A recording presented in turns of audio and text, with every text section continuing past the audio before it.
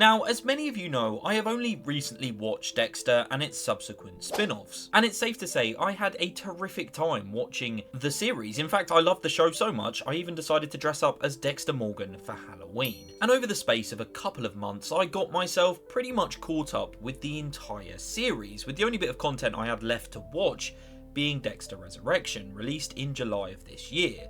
And after the high praise online and the glowing reviews from critics, I was so excited to once again revisit the character of Dexter, but this time in the setting of New York. And despite my already sky-high expectations of this show, it still somehow managed to shatter them. So today I thought we'd not only talk about the brilliance of this show, but also discuss, is this possibly the best spin-off series ever released?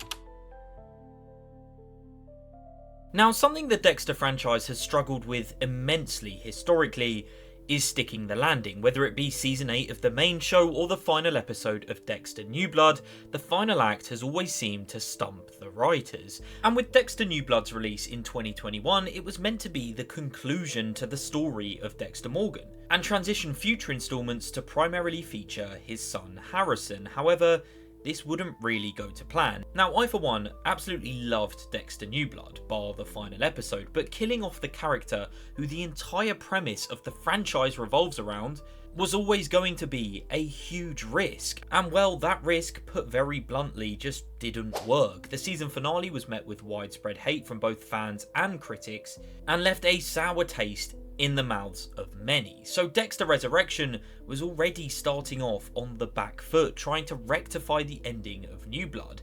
And it had to do, well, just as the title suggests, resurrect the character of Dexter Morgan. And although some strong plot armor and some convenient circumstances did help to explain how Dexter somehow survived that gunshot, the writers were always backed into a corner thanks to the ending of Dexter New Blood, and for the most part, they do extremely well at bringing back the character of Dexter. Another thing I think the writers absolutely nailed in Resurrection is the character of Harrison Morgan. In New Blood, Harrison existed in Dexter's shadow. He was a reflection of his father's extreme guilt and a moral test. They also went down the route of turning him into a flippant teenager, which, whilst yes is part of real life growing up, it doesn't always make for the best television. But Resurrection flipped that dynamic. It stopped asking, is Harrison like Dexter, and started asking, who actually is Harrison as a person? He thrives individually here, and Jack Alcott, the actor, for me shines throughout this mini-series. The Dexter and Harrison relationship is so much more effective in this series, and rather than just making Harrison a one-dimensional mini version of Dexter, the character challenges the code and Dexter, and he wrestles with what justice really is. He finally escapes Dexter's shadow here and becomes not only more likeable, but more complex as a character. And I loved seeing that transition in this series. So despite the fact New Blood's finale seemed to have done irreversible damage to the Dexter franchise, Resurrection revitalizes the series. It fixes New Blood's unsatisfactory ending, and it also fixes the character of Harrison Morgan. Okay, so now we've explored the cards Resurrection had been dealt off the bat, let's actually talk about what makes this show so superb. Now, a complaint I had in last week's review on Daryl Dixon Season 3 was that it failed to utilise its shorter 7-episode runtime. There was just far too much going on and too many new characters introduced. The show tried to accomplish far too much in such a short amount of time. And the result of that was the overall plot became convoluted. And whilst yes, Dexter Resurrection does have 3 more episodes, it masterfully navigates its 10-episode runtime. There is just such a clear and decisive plot, and the show pays homage to several fan favourites from the original Dexter series like Batista, Mazuka and Quinn, whilst also adding an injection of new exciting cast members into the Dexter cinematic universe, with none other than the brilliant Peter Dinklage playing our main antagonist for the season, an eccentric and twisted billionaire who goes by the name of Leon Prater. This season manages to encapsulate the formula that made the early seasons of Dexter so vastly popular. Unlike New Blood, Resurrection gives us vintage Dexter Morgan, and he is back to his very best, and seeing him strategically take down the members of Prater's serial killer society was just pure cinema. I think exploring the albeit pretty far-fetched but incredibly well executed club of serial killers gave this season a fresh and unique spin on the typical formula within the franchise. The show respects and embraces the past with small pockets of dialogue or glimpses from fan favourite characters, but it doesn't recycle and lean upon these features in order to be a good show.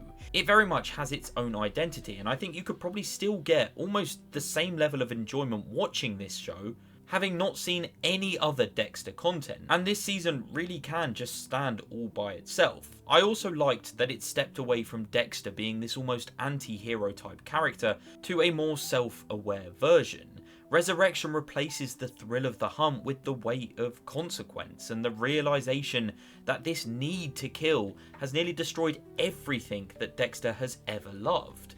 I would also like to talk a little bit more about the central villain of the season, Leon Prater, and whilst he may not be the most physically imposing villain, he has this ability to control everything around him. He orchestrates everything with endless amounts of money and never-ending connections, which help to cement him as one of the most chilling villains in the franchise. And what makes it even better is he's not really a serial killer, and it's this very detachment which only adds further to the character's complexity. He isn't driven by pleasure or bloodlust, but by this fascination for violence and death, and views killing as a collectible commodity. I'd also like to say they pulled out all the stops in this season, putting together, quite frankly, an all-star cast. As previously mentioned, Jack Olcott and Peter Dinklage are phenomenal, but they are joined by the ever-brilliant Michael C. Hall, Neil Patrick Harris, James Remar, and of course Christian Ritter, who plays Lady Vengeance. There is so much chemistry and star power throughout this cast, and the highlight of this season for me was the vast array of serial killers we meet throughout.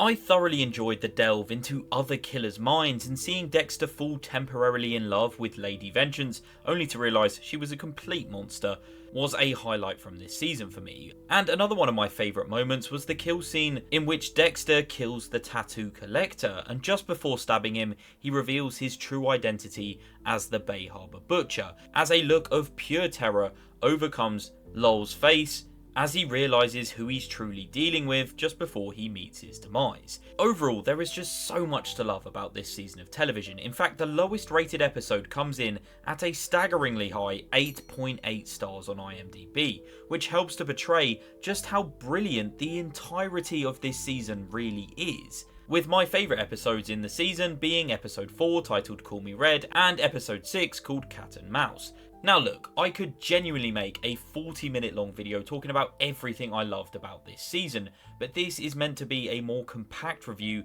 so I can get on to why I believe this is the best spin-off series of all time. But before I wrap this segment up, I would like to say the Gemini killers being twins was such a phenomenal twist. Dexter posing as Red was almost James Bond-esque, and Michael C. Hall was born to play the role of Dexter Morgan, and I truly believe he will win an Emmy for his portrayal of the character in this specific season. And how could we go all of this time and not touch upon the return of Batista? This season brings an end to his storyline, and his death scene is done so incredibly well. For a split second after Dexter cuts him loose, you think the two might actually work together, just like old times, to take down Prater and Charlie, only for him to turn straight to Dexter with hatred in his eyes. Batista was simply put a good man and mirrored Dexter in every way possible, and once viewed Dexter as a genuine friend. And in Dexter's world, being a good person essentially just means you're a ticking time bomb. And the fact Dexter tries so hard to save Batista, but the writers don't make his last moments this fairy tale reunion of forgiveness. He literally tells Dexter to go and F himself. It was a death scene that felt so real and in character of Batista. And his entire motivation this season was bringing justice for the deaths of LaGuerta and Dokes, a justice that would ultimately never be served. So to summarise, the plot is fast paced and incredibly exciting, the story's engaging, it's a star-studded cast, the main villain is intriguing, and the return and heartbreaking demise of Angel Batista helps to make this arguably the best season of Dexter in the entire franchise. Well, it's between this and season 4 in my personal opinion.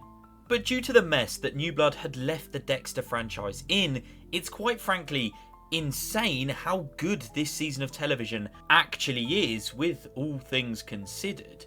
And it does all of that whilst also setting up for an exciting season 2, with the New York Ripper case, what will happen to the Rapunzel killer, and will Quinn and Mazuka be on their way to New York next? Dexter Resurrection hasn't just fixed and corrected many of the plot holes and problems with New Blood, but it's injected a new lease of life into the franchise, and after Michael C. Hall announced a season 2 was in the works, people have been counting down the days until its release. This year, I've seen more Dexters at Halloween than ever before. I mean, I was even one of them. But I've also seen more buzz online from content creators and universal praise from critics and fans alike. Dexter Resurrection hasn't just saved the franchise, but it's given more hype than we've seen within the series for over a decade now. Dexter is back because of this season of television, and I believe it's here to stay.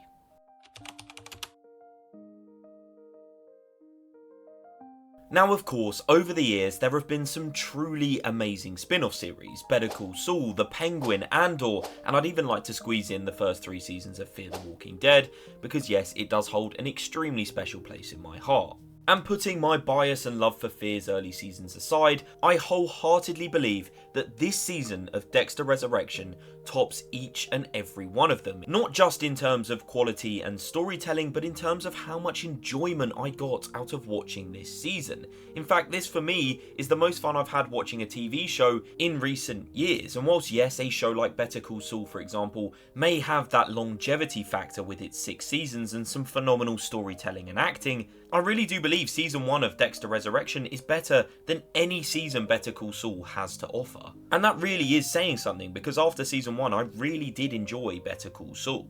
And look, we don't know how long Dexter Resurrection will go on for. It could just be the 2 seasons, or it might go on to be 3 or 4 or maybe even 5.